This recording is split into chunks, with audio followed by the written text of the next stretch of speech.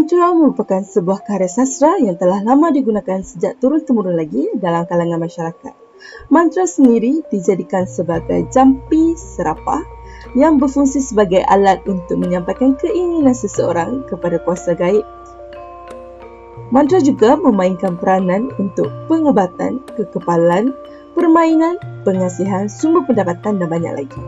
Mantra mempunyai keunikan dari penggunaan bahasa, rima dan irama kerana dianggap masyarakat mempunyai semangat atau kekuatan gaib yang tidak boleh dijelaskan dengan logik sains. Di negara Indonesia, mantra sering digunakan terutamanya oleh pawang atau bomoh bukan sahaja untuk tujuan perubatan tetapi juga digunakan oleh petani, nelayan, pemburu, pembalak dan lain-lain agar tidak diganggu oleh makhluk-makhluk halus ketika mencari nafkah. Walaupun ia sangat terkenal di negara Indonesia, tetapi ia bukanlah berdasarkan kitab-kitab suci Hindu dan Buddha, tetapi ia berasaskan karya sastra sendiri. Mantra ini sangat terkenal oleh masyarakat setempat kerana ia dilihat sejajar dengan sastra tulisan moden kerana ia bermula dalam bentuk lisan tetapi seumpama bentuk pantun, nyanyian rakyat dan cerita rakyat. Unsur mantra ini juga boleh dilihat dalam karya perfilman Indonesia, terutamanya dalam filem-filem seram kerana dianggap membawa unsur mistik dan gaib. Sebagai contoh, mantra kandung semangat adalah seperti Aku tahu asal kau jadi, Adan dan Hawa menjadi engkau, asal engkau menjadi tanah, tanah ibu engkau. Air asal urat engkau, api asal darah engkau, angin asal nafas engkau, darah putih dari bapa, darah merah dari ibu, 9 hari dikandang bapa, 9 bulan dikandung ibu. Bismillahirrahmanirrahim. Wal akhirah dendam bunda, engkau duduk emban temiang, engkau duduk tu uyuh-uyuh, engkau berdiri tergoyang-goyang, hai roh nikmat, panggil aku Nur Muhammad. Bagi mantra Indonesia, saya telah memilih mantra kandung semangat. Mantra ini telah dijumpai dan disalin dari buku Sebuah Bunga Rampai yang terdapat di Pesta Sastra Daerah Riau. Mantra ini telah disalin oleh Edruslan Per Amaniza dan Hasan Junus yang merupakan penerbit Pemprov Riau pada tahun 1993. Tujuan mantra kandung semangat ini adalah untuk mengenal kearifan orang Melayu dalam sikap dan menghargai sesama makhluk ciptaan Allah SWT. Mantra ini sangat berfungsi kepada masyarakat orang Melayu terdahulu dalam menghargai asal-usul mereka. Dengan mengenal asal-usul, maka dapat memahami kekuatan dan kelemahan sesuatu. Sebagai contoh, mengenal asal-usul manusia maupun asal-usul makhluk yang ada di muka bumi ini. Kedudukan semua makhluk di muka bumi ini adalah sama dan berasal dari yang satu dengan menjulang kebesaran Allah SWT. Di Malaysia pula, mantra merupakan pengucapan yang berentak puisi yang mengandungi unsur sihir yang bertujuan bagi mempengaruhi atau mengawal sesuatu perkara yang diingini. Ia juga dianggap seperti sihir yang digunakan untuk kepentingan individu, misalnya penunduk, pemikat, perlindungan dan pelbagai lagi. Mantra sendiri digunakan dalam adat istiadat seperti adat resan sebelum menduduki rumah, cukur jambul dan pelbagai lagi. Mantra juga sangat terkenal di Malaysia kerana ia mempunyai banyak kelebihan di samping sebagai karya sastra yang indah.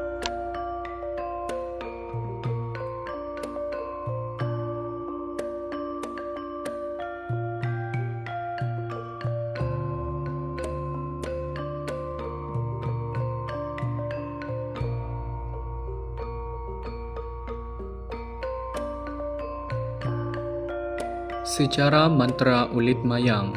Ada banyak versi legenda Ulit Mayang.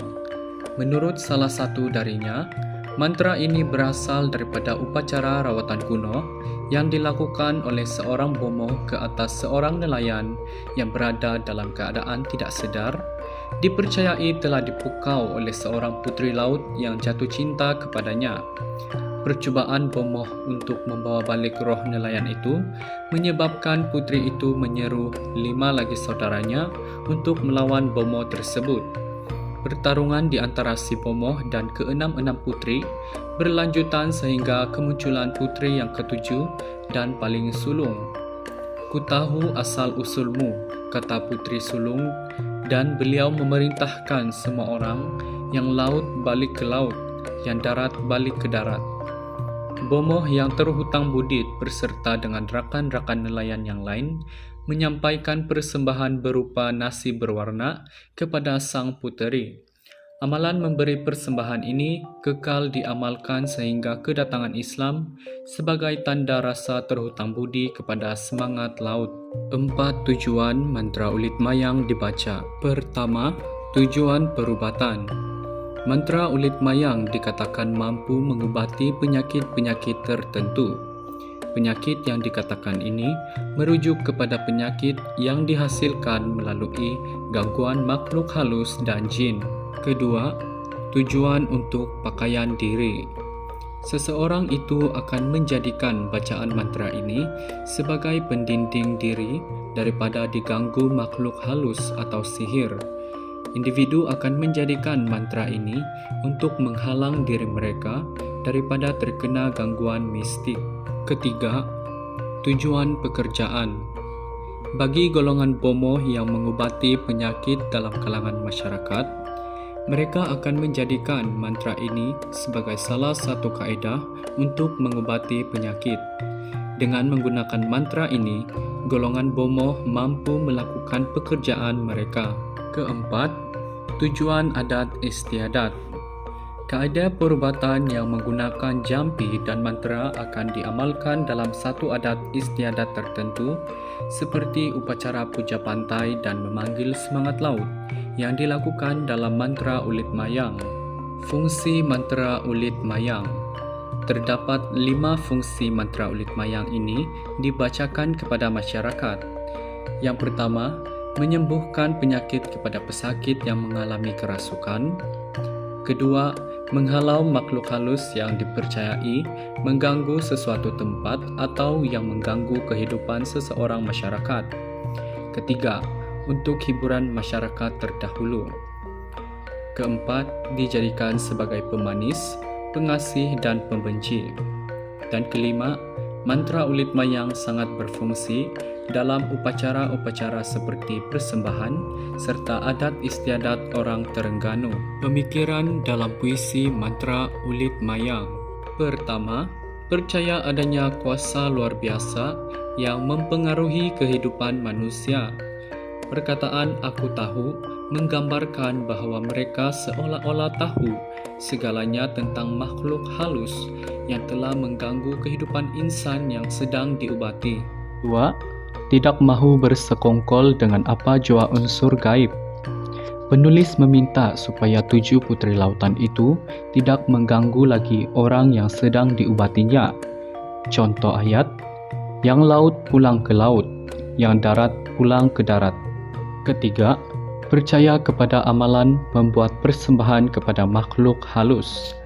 Biasanya pengamal mantra akan meminta syarat persembahan untuk diberikan kepada makhluk halus tersebut sebagai tanda memulakan ucapan mantra. Contoh ayat, nasi berwarna hamba sembahkan. Keempat, permintaan dan harapan supaya pesakit kembali pulih dari penyakitnya itu.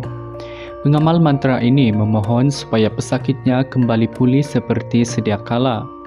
Ini bermaksud pesakitnya itu tidak diganggu lagi oleh makhluk halus dan jin. Contoh ayat, umbut mayang diumbut, umbut dengan jala jemala, pulih mayang kupulih, pulih balik sedia kala. Kesimpulannya, mantra kedua-dua negara ini mempunyai keunikan yang tersendiri dari aspek penggunaan bahasa, penggunaan ayat, rima dan lain-lain. Walaupun mantra sendiri membuatkan masyarakat dipandang seru kerana masih mempunyai kepercayaanisme kerana dilihat mempunyai unsur-unsur pemujaan, namun ia tetap dijadikan sebuah kejayaan dalam bidang kesusasteraan Melayu. Rasionalnya, mantra dijadikan sebagai sebuah ilmu yang sangat berguna kepada generasi kini dan generasi akan datang.